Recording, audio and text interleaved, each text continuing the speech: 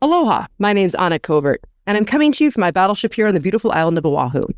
This week on the Covert Code, the topic is the necessary goodbye, how great leaders make tough decisions.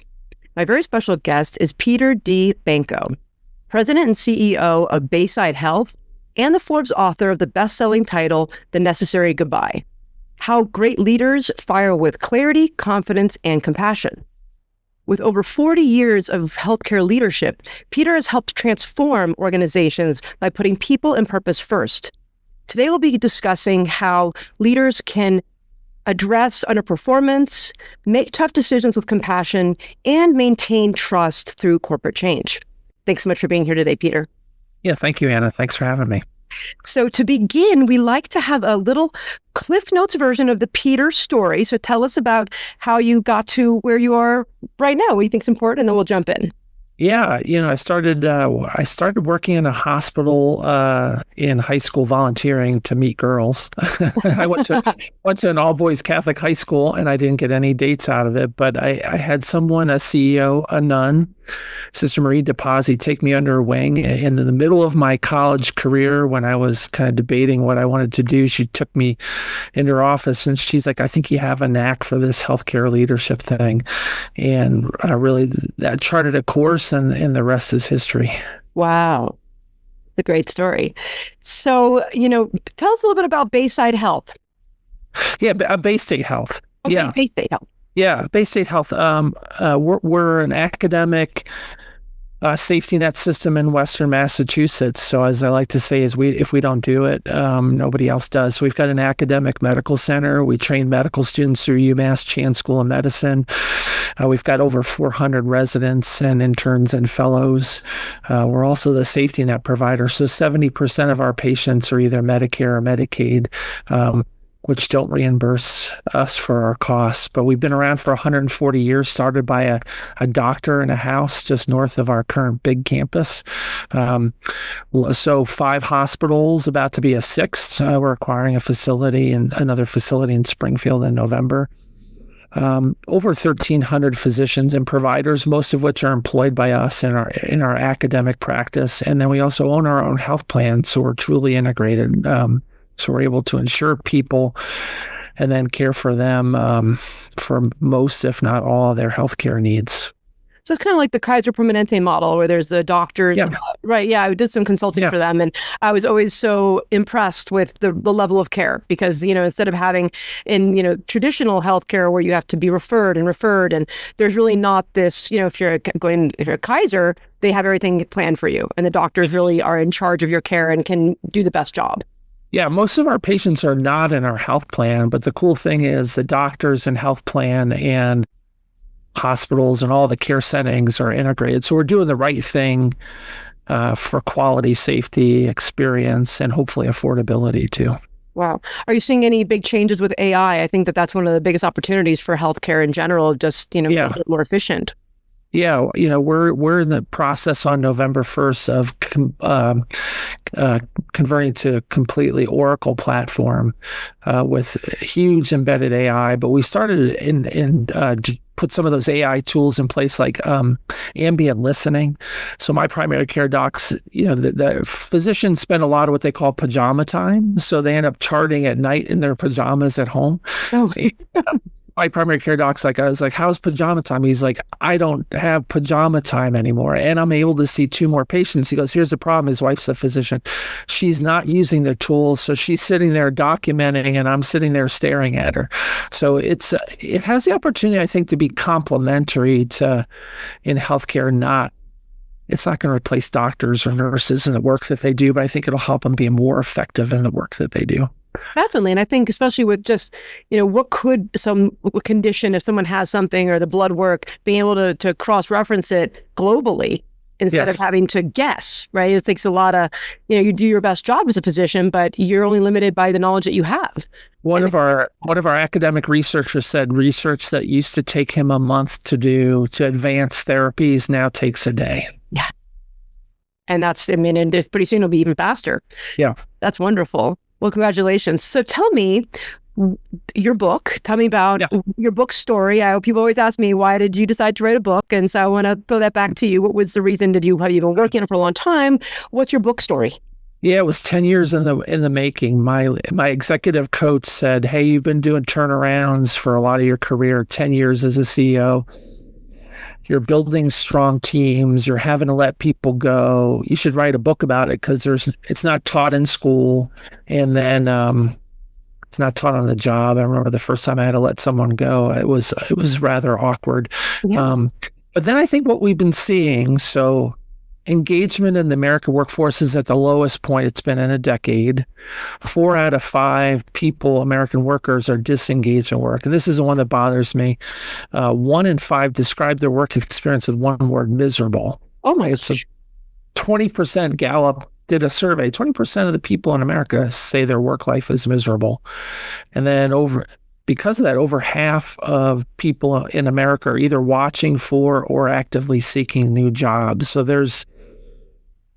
felt like there's something better here on how to hire right, how to develop, and then how to make a decision, because people leave their boss and their team, they don't leave the organization. So when there's toxicity happening on the team or with a boss, they're leaving individuals, they're not leaving the company. Growing a small business is exciting, but it can also get confusing fast when the numbers start pulling you in different directions.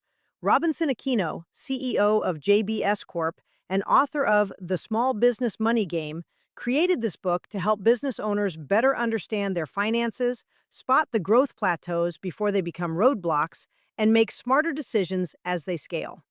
To celebrate the launch, Robinson is giving away free copies of his brand new book. Want one? Go to thecovertcode.com to learn more. Those statistics are shocking to me. As a leader, it's like devastating, right? Half the people that work for you want to leave, and that's true across all industries, all across the country. It's true globally too. Gallup has done some what made we immediately think about was this whole movement toward, the kind of the Uber generation or flex. What are they calling it? Flex work, right? Where unlimited PTO. And when I first heard that, because someone who used to work for me, her daughter got a job and she had unlimited PTO. And I was like, wait, how can you have unlimited PTO though? Yeah. That doesn't, I didn't even understand that concept, right? No. But that's what the kids want now, or the young people want, and they expect to have this flexibility. And I think COVID also maybe accelerated it. So are we seeing that this is the case in all different age brackets, or is there some kind of clustering of different types of behavior? Yeah, I do a bi-weekly vlog. We've got 13,000 people, so I'm not going to get to know everybody, but I did a video vlog and I asked a question like, what do you want for Baystate Health? And the number one thing was, from a culture perspective, was I want connection. I want to be a trusted partner for the people I work with. I want to be viewed as a trusted partner. I want to be part of something bigger. And it's hard to get that connection when you're working out of your house.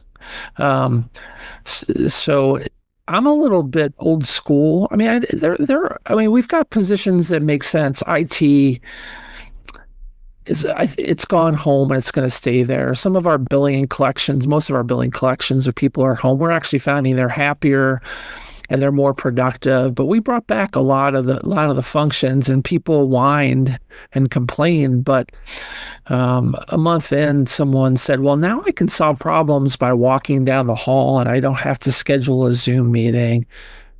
I mean, it's in our innate human nature to want connection, and it's hard to do that when you're sitting at home. So I think we're going to see the pendulum swing back again there,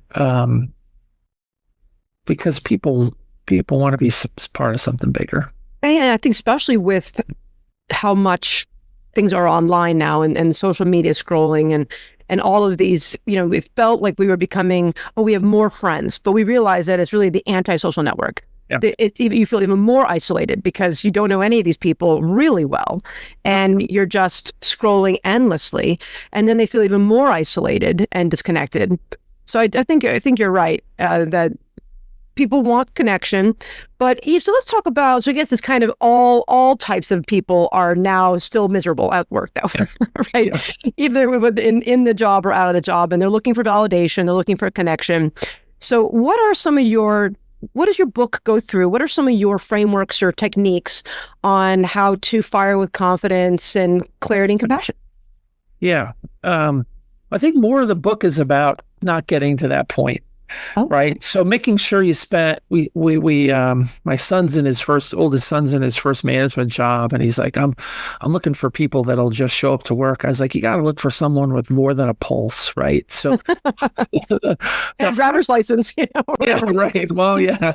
Or people that could pass the drug test too. Right. So, it's important that you hire right. And that is okay to go slow. Make sure you get the right person on board. Spend the time to develop and nurture. I really structured the book around archetypes and 12 Jungian archetypes. It's a good tool to kind of think about somebody, like what's working, what's happening when things are not working, and their shadow is coming into light, and it's not productive.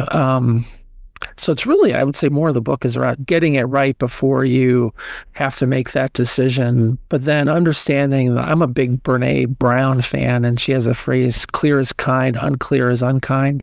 I think the biggest thing is when it's not working and you've done everything you possibly can to be clear and make that move, because it's not healthy for you or the person. And the decision you're making is bigger than you personally. It's about the organization as a whole. Yeah. And the clients too. I mean, and for me, for instance, I actually just did some big transfers at the agency of people who have been with us for a long time, but it was the right time. Things have changed, right? And they've evolved, and I knew it wasn't the right energy, and it wasn't right for the client either. And I could feel it. And you have to make those decisions, and even though they are hard. But you're right. It's like, when is it enough, and how long do you wait? And it doesn't really, do you have some tips for people? Oh, tips. We're listening right now.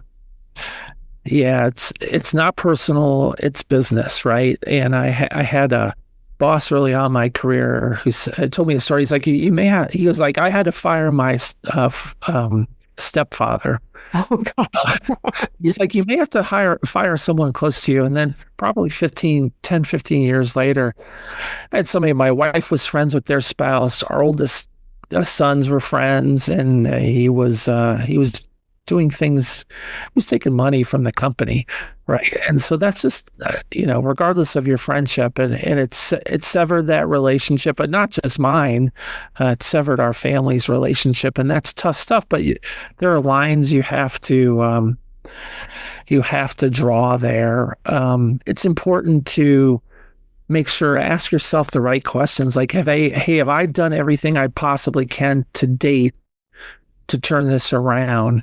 What more can I do? Do I need outside help? Occasionally I've had to call on another team member as a CEO, like my chief people officer or head HR. Hey, can you help me here?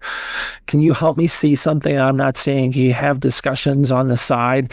And ultimately you got to say, can you fix it or not fix it? I had someone in the book, the one person I let go that I regretted. It was in a turnaround. We had to do a downsizing, and they were a good leader. They got caught up in it, and now that person's running like 20 hospitals around the country. And had I not let them go, they'd probably be still sitting in that organization and stuck. And that really freed up their future in a way that they were able to do things. So it's not healthy for you or the other person to stick in a relationship that's not working. Again, it's never personal, right? Sometimes people aren't just a cultural. I've had instances where I didn't fit in the organization anymore. Like you said, after 7 or 8 years, it was time for me to move on. And I had a mentor early in my career said, you're going to know when it's time to leave. Unfortunately, most people, and I was 24, I didn't understand what he meant. But, with wisdom and time, you have your time and place, and sometimes it's time for you to go. And unfortunately, too many people stick around longer than they should. Yeah, I think because people are afraid of change, right? And not realizing that that's the only way that you can go to that next level. Right. and especially in advertising, and I own an advertising agency. But before I did, really the only way to grow in my industry was to switch jobs. Yeah. The only way you could get more money and more respect and more the higher title, and Yes. you have to leapfrog around. But not every industry. I think probably maybe every industry it is. I don't know what your thoughts are. Healthcare leadership's the same way. I mean, my kids are like, where are we from? Where's our home? I said, wherever you want it to be. Yeah. In order to move up, to do more, you've got to often move or change organizations. I mean, I was fortunate. I worked for an organization for 17 years. I had 4 different jobs, but I think that's the rare case nowadays, not true for most industries. And that also can be a benefit. I mean, I've had my agency, my Covert Communication now this will be 9 years this next year. But before that, I had a business partner for 6.5 years. And I did basically everything. I mean, he did creative, but I did, every aspect of the business, all the billing, all the, everything else. But that was a benefit because then later on, when I started hiring people, I knew what that job entailed. Yes. And I think that's one of the other parts about being a great leader is, knowing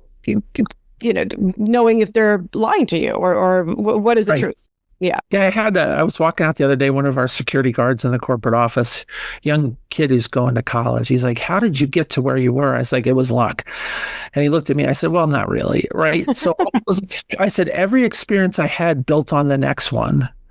Right. So, I was a patient transporter and I worked as a nurse's aide. Like you get to learn the business from the ground up. Yeah. So that way, when someone's in a meeting saying, here's how it works, it's like, wait a second, I used to do that job. That's not really how it works. Exactly. Yeah. So what do you think leaders right now are getting wrong? Like, what is one of the things that's out there? Why are people having, what are leaders doing this? What do you think is happening out there? I think taking too long to make tough decisions. And whether that's, your organization, I was asked to give a quote to a magazine on Etsy did a downsizing recently, about 12% of their workforce. Well, and they said, well, what do you think of that? I said, well, they're doing well financially. They're growing revenue. They're in a competitive environment. So they made some tough decisions before they had to, right? And I admire that. Being most organizations and CEOs are bold and courageous enough. So making people waiting on making tough decisions, delaying it, and I think we mistake caring for being nice. Mm-hmm. So. If you don't care enough, you're likely to let things fester and get worse, and they will. So I think being bold, having courage, caring enough to make decisions before you're forced to make them, particularly in the economic environment we're dealing with nationally with high inflation in healthcare. One big beautiful bill isn't so beautiful, right? It's really cutting Medicare and Medicaid reimbursement significantly. So for our organization, we're largely Medicare and Medicaid. So it's about on a $4 billion budget, it's about $150 million. So the economic environment's tough right now, and it's better to make decisions from a position of strength. So I would encourage leaders just to be bold and make decisions and not sit on them. Yeah. What do you think is a practical thing people can do before they have to make these decisions, before termination begins? Is there any steps that you recommend to make it smoother? Yeah. So that we rely on annual reviews to have conversations with people, and that's not the time or place to do it. And frankly, most annual review processes are not effective. They're not built for the things that we need to do. So, I encourage people, you got to have monthly meetings with your teams. I have a meeting every 2 weeks with my senior team. So we meet a full day, 8 hours, then another 4 hours. So we spend 12 hours a month together. The more time you spend with each other, the more trust you can build. And then most people skip this, at least in monthly individual meetings. For newer leaders, I have every 2-week meetings. We use a formal succession planning process where we rate every leader on performance and potential. It's a 9-box. Jack Welch at GE made it popular. He kind of used it as a way to get rid of people, but it's a good tool. So all those things together allow you to have candid conversations along the way. So when you get to the point where things are really not working anymore, it's not a surprise to either person. So those are practical tools that I use and we use in our organization to make sure it's not a surprise when things aren't working. Yeah, that's really some good tips. So I think, for big organizations, there's more structure, there's more employees, but, most of the businesses in America are small businesses and they are, under 20 people or even smaller. How do you think that changes the experience and, or does it? I think entrepreneurs and smaller organizations do it better than big companies because I get paid nice. Well, I've got an incentive program, right? But I'm not. If things don't go well, I'm still paid. If things don't go well in your agency and you're losing clients, it's your paycheck and the paycheck of everybody there. Right. So I talk about in the book. I think entrepreneurs do it better, right? Because your paycheck is directly tied to your customers. Are you growing? Are you shrinking? How are people performing?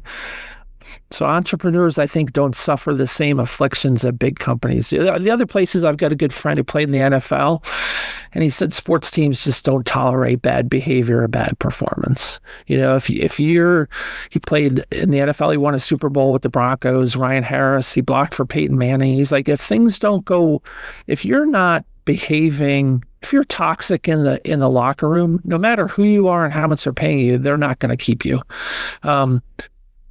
So I think there are portions of our country, and yeah, you're right. Most people are small employers. They do a far better job. Big employers look the other way and take too much time. Yeah, it makes sense. It's not their money, and yeah. It's only when they have to start covering for that person and working longer and being blamed for something that they should have done, right, then they care enough. Yeah, even then, my niece is in her first management job. She's like, I have something not performing for the last 2 years. I was like, well, get rid of the person. She's like, well, I who's going to do their work? I was like, you and everybody else are doing their work right now, right? And it's almost sometimes better not to have the person around because they're causing more trouble than they're worth. True. So let's talk about some of these archetypes. Can you give us a few examples of what some of them are and how you can use them to identify opportunities or gaps in performance? Yeah, the first one I cover is the lover, right? So it's the sex, drugs, and rock and roll, right? So in big organizations, I tell our folks in big organizations there are people that will have substance abuse issues. There are people that will have other issues. That's just the law of how it works, right? If there's a large incidence in the United States of X, Y, or Z, so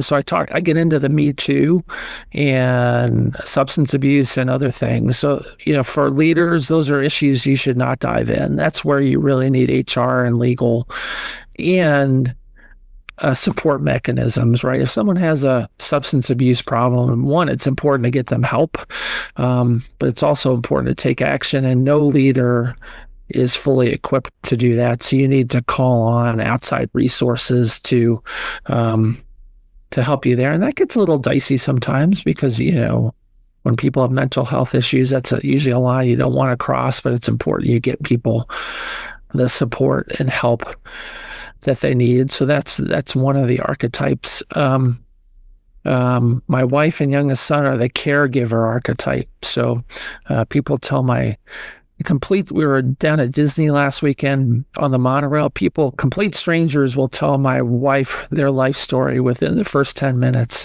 because that's just the way she's hardwired from probably birth. And so caregivers are great at helping your team, taking care of members on your team, taking care of peers, taking care of their team. Sometimes those taking care of things get toxic, and it bleeds into areas that aren't helpful for the team, and so you have to watch for that. I'd say the other one is the joker or the jester. So we've royal courts have had jokers and jesters since the beginning of time for a reason. It was also, from my understanding, the most turned over job there, right? So when the joker or jester got not funny anymore, they were usually taken care of, and then a new one came in. So it's important that you're playful at work and you've got people that bring that lightheartedness to the job, but sometimes that joking and crosses lines or gets into places where it's not helpful to the team. So, every archetype of the 12 Jungian ones are necessary for those diverse perspectives on a team. And when they're working to their best, they're very enabling, but occasionally they get into places, what I call this, and psychology is called the shadow, things that aren't developed or not enabling come forward. Then you've got to be able to address them, nip them in the bud, and sometimes they get beyond your control, and that's when you have to do a necessary goodbye. Wow, I like that.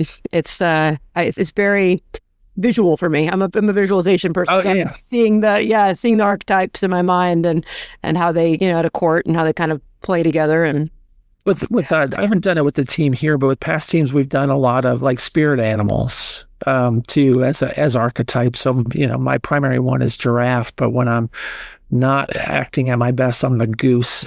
So giraffe, visionary, goose, kind of pecking, which is not helpful for me or the team. So it's important to understand those. But yeah, archetypes help. In the book, I use things from literature or movies, so you understand kind of the caricature. You can think about when you read it in a book, or Big Bang Theory, Sheldon and his archetype. So you can understand it better and know when it's working and not working. Did you watch the Young Sheldon? I'm less a fan of Young Sheldon, but yes, I do watch both. Yeah. We loved my daughter. She's 12 now, but it was one of her favorite shows, and we just loved Young Sheldon. Yes. The Big Bang, I tried to watch it later in life because I didn't watch it when I was younger, but I can't get past the fake laughing and clapping. Oh, right. Yeah, in the background. It just really bothers me now, and then I'm so in tune to it, and I'm like, I know when it's funny. I can laugh on my own. Right. Yeah, that was kind of that genre of television. The biggest thing I have people asking me, particularly here at work, but elsewhere, is what archetype are you? And I said, I was like, you can go online and figure that out for yourself. I think that's an important part of the journey to figure out where you're. You have like a test that someone can take, or there are tests online. You can just go Jungian archetypes and you can take a test. Interesting. Maybe I'll take one and find out which one I am. We'll see. Yes. So what do you think is a right way to terminate? Is there any tips on how you should, with the correct way to terminate some? Yeah, I mean, the best advice: go watch the movie Moneyball with Brad Pitt and Jonah Hill. He asked Jonah Hill to fire somebody. He's like, I don't even know that player. He goes, it doesn't matter, and he gives them tips in there. So one is, and really the takeaway from there is, we're all adults, we're all professionals, right? We deal with bad news in our personal lives all the time. So don't walk in there and start with small talk and ask about how the weekend. Get right to the issue, get to the matter at hand, talk about the discussions you've had in the past and how it's leading to this step. Deliver the message clearly and crisply. I had to yesterday, we're hiring for a key senior executive role, internal search, and I had to tell 2 people that they didn't get the job. And that was almost worse than firing them, right? Because 2 very skilled leaders, and as much as I could say, hey, we've got some opportunities available for you coming up in the next 6 to 12 months, it's not an easy conversation. So that was almost worse, but just get right to the matter and then it needs to be short. That's when you hand it all off to HR, right? Let them deal with severance benefits, any issues that are going on. I would say the biggest mistake I see is people have HR do it for them. And that's a conversation. That person works for you. Don't lay it on HR. Have that conversation. But you got to keep it short and sweet and deliver the message, and then let HR handle all the back end stuff that happens with those reductions. What are your thoughts on having someone else present with you? I've heard it go both ways. I actually now, whenever I have a discussion with anyone, I have someone else on the phone, or so they're like, it's like both of us are here to tell you, so that, because I had an experience where someone recorded a conversation we had and then used it again, and I didn't say anything, but she still had recorded it, me saying there wasn't a place for her and whatnot, right? Yeah, so, I always have someone from HR with me, and then do the warm handoff to them too. But I've had I had to hear. I think it's helpful to have HR there, because I had two instances we were downsizing a department. It ended up reporting to me because we let go of the vice president there, so I had to have a discussion with the rest of the department. We eliminated a whole function, but I had two people in there, and it was good to have HR there. I had one that wife was 8 months pregnant that nobody knew about. So we were able to, I was like, well, wait a second, let's make some accommodations here to extend their period of time, try to find something for them. The other person was someone who was an immigrant who would have lost their visa had we terminated them. Oh, wow. And that wasn't totally visible to HR or myself. So we were able to keep the person on for 6 months to allow them to transition to another job. They ended up finding another employer during the 6-month period. So I think having someone in the room, because there will be things thrown at you in those discussions you may not be aware of that require broader thinking, and an HR partner. I usually have my chief people officer with me in those discussions. So to switch it up a little bit, now we talked about that part, what is some of your tips on how to maintain after you have significant layoffs or even a key member? How do you keep the team motivated and maintain the trust through these difficult, challenging times? Yeah, you've got to be completely transparent. But having said that, like if you let someone go for cause, you can't share that with the team, right? No one needs to know this person wasn't doing the work or otherwise, or there were personality issues or behavior issues. So you've got to be confidential and respectful to the people leaving the organization. So no commenting on them or what happened or reasons. And that's hard because people fill in the blanks. But that's how we would want to be treated if we left the organization. And that's how we should treat the people that leave. And I always say it's more important to treat the people leaving better than you treat the people coming in, because people, like in the question, people are going to watch how you do what you do. Did you take care of the people? Did you make sure they have severance? No one should lose their home and family and car over a decision the organization had to make, particularly in downsizing or restructuring situations. So making sure you take care of the people on the way out. That's a time when you have to be more present and available to your team. So delivering the message to your team directly, which is, if I've asked someone on the senior team, I get the senior team together directly afterwards and have a conversation. And I give them time in the meeting to talk about why the person leaving, positive things.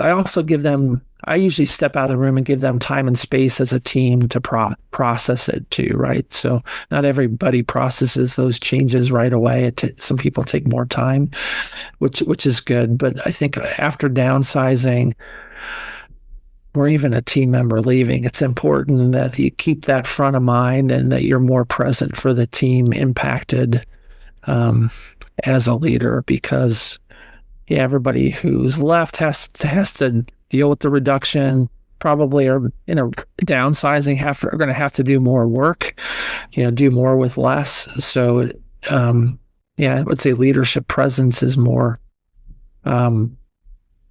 important. Transparency internally and publicly. If you had asked me a couple years ago, I would say that was extremely important. So as details you can share on number of people and those things, I would say today I'm probably less excited about being transparent, because I don't think that in the culture, in the media culture that we live in now, that's really, that transparency is honored and respected. So I think you probably have to be a little bit more guarded with your communications publicly and internally than you had to be 5 or 10 years ago. Yeah, I think that's true also because of some of the AI and some of the other things that can come out from it. You put up a statement, and now all of a sudden that can be picked up by the AI and misconstrued that now your company's going under. I mean, right. Those kinds of things, and you don't want that.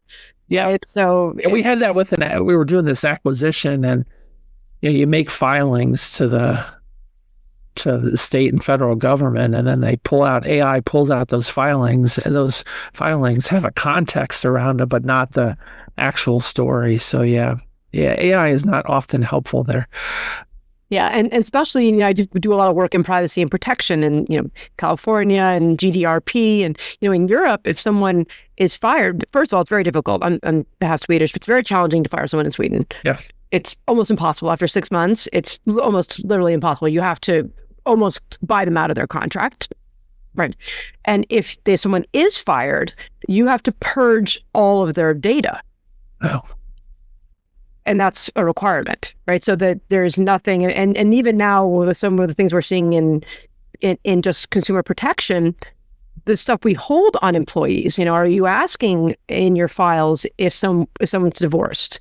Are you asking their ethnicity? Are you asking about any of their religious preferences, or and that, even if someone is up for a job and they don't get it, and now they have the right to request, they say that they think that they've been discriminated against. Oh, yeah. And you write that, and you write down why they didn't get the job, but it's totally valid. But if you're holding those informations on them, now they have a case of discrimination. Yep.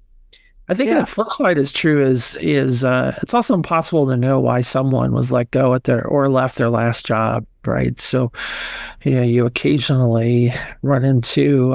I joined an organization. I wasn't a CEO yet. Joined an organization and inherited someone really exceptional leader. We actually promoted them, but when they were promoted, someone came forward and said that they had served. They were the convicted felon and had served jail time, and the thing that they served jail time was related to their job. Oh, and it wasn't disclosed. It wasn't found in a background check, and so then we had to let a perfectly capable leader go for falsifying their info, but serving 3 years. It's shocking that it didn't show up in the background check. No, yeah.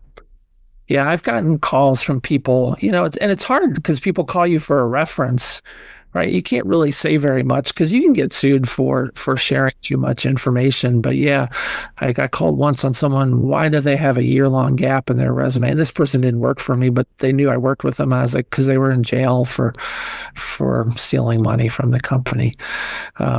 So on the flip side, you should never, should make the right decision. And despite what's going on around inclusivity nationally from the government, diverse perspectives make for a better team, right? Yes. It makes me a better leader to have diverse perspectives, whatever you call it. But I would say the flip side of that is sometimes you can't find out info on people, on things that happen at a prior job that you can't tolerate, or you end up having to deal with in your current. Yeah, I mean, I think that it's interesting. You also mentioned, and I've had a couple other guests on it about hiring, and what I'm hearing now is how long it's taking people to hire because of, in before it could be a couple of months, now it can even take a year to hire an executive, and people are really taking their time, and there are floodeds of applications. And is that what do you think about of just the environment that we're in right now? Does that create more of a reason for people to, hey, not, I'm not even sure what to think about it, but if it took, how depressing, I guess, is what I'm looking for here. It's applying and going through interviews and then never getting the job, and just delaying. And at what point do people just say, you know what, I'm just going to step out of the market? And what do they do then? Yeah. I mean, I had two children recently get master's degrees within the 3 years. It was hard to find a job. It's a hard job market out there. I don't think AI is serving us well. AI looks at resumes, right, and kicks people out. I've even had people here say, "Hey, my neighbor applied for a job and were told they weren't qualified." And then I get the resume. It's like, well, they were absolutely qualified. So some of the screens kick people out, but it's hard for kids coming out of college or graduate school to find jobs right now. I feel, I tell my kids, find that first job and then do a good job, and that'll set you up. I would agree. It's taken longer to hire executives right now, longer than normal. Usually when someone left, you could have someone go through a search process, have multiple candidates, and land on somebody in less than 6 months. I'm finding it's taken longer. Some people are hunkering down in place. The pools aren't as strong as they used to be, or maybe I'm just getting older and more picky. But I think it's taking longer to find the right people. I also think we're getting better at making sure we don't make bad decisions and jump too fast. But I don't know what the dynamic is, but it's definitely taking longer. Yeah. To hire people right now, and it's harder for especially younger folks to find a job. It's really interesting. And see, like Gina Riley, she's also another author that I had on. She had the book "Qualified Isn't Enough." And it's really, really fascinating. I think that especially we kind of all agree that the best thing for young people is to get out there and to attend you have to be in person, back to the connection. You've got to even volunteer. You got to go out and go to the networking events and make yourself visible, and walk into an office and ask to speak to someone in HR. You have to be beyond your LinkedIn submission, but right. Yeah, I had to tell that to my middle son. He's like, I sent out one resume. I'm like, well, that's great. You probably need to send out 24 more. And he's like, well, I'm not really interested in those other 24. I was like, it's a numbers game. To your point, you got to network. It's not going to be done via email or LinkedIn. You've got to get your name out there. And it is a numbers game. You've got to have your resume out there at a lot of places, and hopefully someone will land. Yeah. Well, so what's next for you? Are you doing, since the book's been out, what's next for Peter? Oh, that's a great question. I'd like to write another book. Probably more focused in on the two concepts I've talked about, is like what it's like to be a CEO. I think that's probably the most misunderstood job and most lonely job. And then I think one on turnarounds. I've been doing turnarounds for 20 years, and there are a lot of people that think they've done a turnaround, and what it takes to do that. I call it a special kind of crazy. So I've entertained that, but I've been working in healthcare since 1984, after my junior year in high school. So I tell people I don't know how to do anything else. So I'll keep doing the healthcare thing, and I think we've got opportunities in our country to make healthcare more accessible and affordable. So I worry less at this point in my career about building more buildings or creating more programs that people might or might not use. I think the last part of my career will be making healthcare more accessible and affordable. Well, that's a wonderful mission. Yeah, thank you. We applaud you. So if people want to find your book, how are they going to locate it? Yeah, Necessary Goodbye on all your platforms, Amazon, Target, Barnes and Noble, the Necessary Goodbye website. You can get access to me and information through there. And it's also in airports through the end of August. So excellent. Are you on when I launched my Forbes book, I was also in the airports, and I'll never forget the feeling of seeing my book in the airport for the first time. And it was really wonderful. So and we've done a little bit of weekend travel. So I go in there and personally sign them. So if you're in Denver, Newark, Orlando, maybe another one. There's some purposely signed books in there, but I've also had friends go in there and take pictures and send them. My a cousin was in Phoenix and saw the book in there. So that's cool. That's awesome. Well, we're going to put all of the links to your books here in the channel. And thanks so much for being here. And for everyone who's listening, if you have not yet subscribed to the podcast, please do so. We've just reached over 220,000 subscribers, and it's because of you and your aloha. So if you love this content, like it, subscribe, and share it with people who will get value from it so that I can attract more wonderful guests like Peter to share their wisdom with us.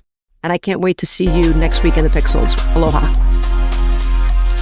I hope you enjoyed this episode of the Covert Code Podcast. If you're loving the insights we share here, don't forget to follow us on your favorite podcast platform and leave a review. Your support helps us reach more digital innovators like you. Share this episode with your friends and colleagues on social media and help spread the word. And if you're in the solar space or just curious about where clean energy is headed, I'm thrilled to announce my brand new podcast, The Solar Coaster. This show digs into the real stories, trends, and challenges of the solar industry, with bold conversations and powerful takeaways you won't hear anywhere else. Follow The Solar Coaster now so you don't miss a single episode. Thanks for tuning in. See you in the Pixels. Aloha. Hi, my name is Robinson Aquino. I'm the author of The Small Business Money Game, the hidden strategies that turn survival into scale. And I'd like to tell you a little bit about why I wrote this book. Growing up, I was an avid fan of Monopoly. I like to think that I was the best player in our house, but my brother Alex dominated the board whenever he could. And it was one of my first early lessons in economics, what taught me that a game that should be fair, where we all start with the same assets, where we all earn the same income, quickly turns into a game that is quite unfair, a game where the minority owns all of the assets. And as I studied finance and economics, and as I spent the last 12 years working with entrepreneurs, I've learned this money game that we call business is very similar to that little game of Monopoly. In this book, I've written strategies on how to price, on how to manage costs, on how to scale businesses, and more importantly, where entrepreneurs consistently get stuck. I look forward to hearing your thoughts. Game on.